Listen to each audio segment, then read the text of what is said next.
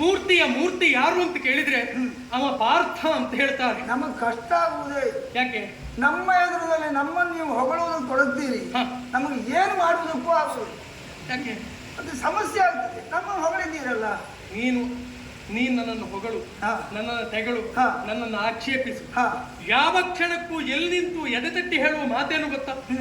ಈ ಕ್ಷೇತ್ರಕ್ಕೆ ನಮಗೆ ಸ್ಫೂರ್ತಿಯ ಮೂರ್ತಿ ಯಾರು ಅಂತ ಕೇಳಿದ್ರೆ ಅದು ಭಾರತದಲ್ಲದೆ ಮತ್ತೊಬ್ಬ ಅಲ್ಲ ಅಂತ ನಾವು ಎದೆ ತಟ್ಟಿ ಹೇಳ್ತೇವೆ. ಸರಿ ಸರಿ, ಹೌದಾದ್ರೆ ಮತ್ತೇನು ಕಾರಣ? ಕೊಡು. ನೀನು ಹೇಳಿದ ಇಷ್ಟೂ ಸಾಧನೆ ವಿಚಾರವನ್ನು ಕೇಳಿದವರೇ ನಾವು.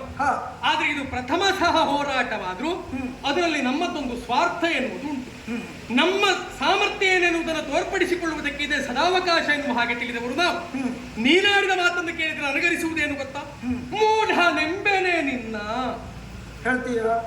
ಹೇಳುದಿಲ್ಲ, ಹಾಗೆ ಹೇಳಲಿಕ್ಕೆ ಆಗುದಿಲ್ಲ. ಯಾಕಂದ್ರೆ ನೀನು ಮೊದಲು ಹೊಗಳಿದ್ದೆ ಸುಳ್ಳು ಅಂತ ಆಗ್ತದೆ. ಯಾಕೆ ಹೇಳುದಿಲ್ಲ? ಅಲ್ಲ, ನಾ ಹೇಳಾಯ್ತಲ್ಲ ಮತ್ತೆ ಕೇಳುದ ಕಾರಣ ಇಲ್ಲದೆ ಅಲ್ಲ.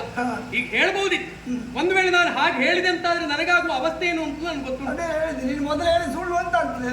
ರೂಢಿಯ ಭಟನೆಂದು ಆಡುತ್ತಿಹರು ಕೆಲವರು. ಆ ಪ್ರಾಜ್ಞರು ನಿನ್ನನ್ನು ಸಮರ್ಥ ಅಂತ ಒಪ್ಪಿಕೊಂಡಿರುವಂತ ಸಂದರ್ಭ. ರೂಢಿಯ ಭಟ ಅಂತ ಕೆಲವರು ಆಡಿದವರಲ್ಲಿ ನೀನು ಒಬ್ಬವು. ಅನುಮಾನವೇ? ಎಲ್ಲಿಯಾದ್ರೂ ನೀನು ಅಲ್ಲ ಅಂತ ನಾನು ಹೇಳಿದೆ ಅಂತಾದ್ರೆ ಕೆಲವರ ಸಾಲಿನಲ್ಲಿ ನಾನು ಇರುವುದಿಲ್ಲ, ಹಲವರ ಗುಂಪಾಗಿ ಹೋಗ್ತೇನೆ. ಅಂದ್ರೆ ಅದಕ್ಕೆ ನೀನು ಆಸ್ಪದ ಕೊಡಬಾರ್ದು. ಅಲ್ಲ, ಏನು ಅಂತ ಅಂದ್ರೆ ಅರ್ಥ ಬೇರೇನು ಅಲ್ಲ. ಹಲವರ ಗುಂಪಿಗೆ ಸೇರಿದ್ರೆ ಏನಾಗ್ತದೆ? ನಾನೊಬ್ಬ ಆಕ್ಷೇಪಕ್ಕೆ ಆಹಾರವಾಗಿ ಹೋಗ್ತೇನೆ. ಪ್ರಪಂಚವೇ ಒಪ್ಪಿಕೊಂಡಿರುವಂತ ಪಾರ್ಥನನ್ನ ಒಬ್ಬ ಸುಧರ್ಮ ಅವಹೇಳನ ಮಾಡ್ತಾನೆ ಅಂತ ಆದ್ರೆ ಇವನ ಬುದ್ಧಿಮಟ್ಟ ಎಷ್ಟು ಅಂತ ಹೇಳುದಿಲ್ವ? ಅಲ್ಲ, ಅವಹೇಳನ ಮಾಡುವುದಕ್ಕೂ ವಿಷಯ ಇದ್ರೆ ಕಾರಣ ಇಲ್ಲದೆ ಅಲ್ಲ. ನೀನು ಆಡಿದ ಮಾತೆ ಹಾಗಾಗಿ ಹೋಯ್ತು ಅಂತ ಮಾತಾಡಿದ. ಇಡೀ ರಣಕ್ಷೇತ್ರವನ್ನು ನೋಡು. ನಿನ್ನವರು ಅನೇಕರು ರಣದಲ್ಲಿ ಬಿದ್ದಿದ್ದಾರೆ. ಅವರೆಲ್ಲವರನ್ನು ಯುದ್ಧದಲ್ಲಿ ಸೋಲಿಸಿದವನ. ಯುದ್ಧ ಅಂದ್ರೆ ಹಾಗೆ ಬೀಳ್ತಾರೆ, ಹೇಳ್ತಾರೆ, ಕೆಲವರು ಮೇಲೆ ಹೋಗ್ತಾರೆ. ಹೌದಪ್ಪ. ಮರಣದಿಂದ ಕೂಡಿದ್ದು ಯಾವುದೋ ಅದೇ ಸಮಾನ. ಖಂಡಿತ ಇದೆಲ್ಲ ಹೊಸತಲ್ಲ ನಮಗೆ. ಆದ್ರೆ ನನಗೆ ಇದೆಲ್ಲ ಹೊಸದಾಗಿರ್ಬಹುದು. ಅಲ್ಲ, ನಿನಗೆ ಹಳೆಯ ಅನುಭವ, ಹೌದು, ನಮಗೂ ಹೊಸದಾಗಿರ್ಬಹುದು. ಆದ್ರೆ ನನಗೂ ನಿನಗೂ ಹೋರಾಟ ಆಗ್ಲಿ. ಹೋರಾಟ ಆಗ್ಲಿ ಅಲ್ವಾ? ಆ ಹೋರಾಟ ಆದ್ರೆ ಒಟ್ಟಿ ನೀನು ಇಷ್ಟೊತ್ತಿಗೆ ಬೀಳ್ತೀನಿ. ಅಲ್ಲ, ಅದು ನೋಡ್ಬೋದಿತ್ತು. ಅದು ಭವಿಷ್ಯಕ್ಕೆ ಬಿಟ್ಟದ್ದು. ಅದು ನೋಡ್ಬೋದಿತ್ತು. ಯಾರು ಬಿದ್ದವಲ್ಲ, ಬೇರೆಯವ್ರು ನೋಡ್ಬೋದು. ನನ್ನ ನಿನ್ನಲ್ಲಿ ಹೋರಾಟ ಜಯವನ್ನ ಯಾರು ಸಂಪಾದಿಸ್ತಾರೆ ಎನ್ನುವುದು ಪ್ರಶ್ನಾರ್ಥಕವಾಗಿ ಈಗ ಹಾಗೆ ಉಳಿದಿದೆ. ನನಗೆ ಅದೊಂದು ಪ್ರಶ್ನೆಯೇ ಅಲ್ಲ. ಅಲ್ಲ, ಇದಿರ್ಬೋದು ಒಂದು ಆಗಿರ್ಬೋದು ಅಲ್ವಾ? ಈಗ ನಮ್ಮಿಬ್ಬರಲ್ಲಿ ಹೋರಾಟವಾಗದೆ ನೀನು ಆಡುವ ಮಾತು ಹೇಗಾಯ್ತು? ಹಯವನ್ನ ಬಿಡು, ಧನವನ್ನ ಕೊಡು, ಪಡೆಯನ್ನ ಕೂಡು. ನಿನ್ನಂತವನಿಗೆ ಶೋಭೆ ಅಲ್ಲ. ನಿನಗೆ ಅವಕಾಶ ಕೊಡ್ತೇನೆ ಅಂತ ಹೇಳುವುದು ತಪ್ಪ. ಅಯ್ಯೋ, ಅವಕಾಶ ಕೊಡ್ತೇನೆ ಅಂತ ಹೇಳಿದ ಆಕ್ಷೇಪ. ಶೋಭೆ ಆಗ್ಬೋದು. ಅಯ್ಯೋ, ಅದು ಶೋಭೆ.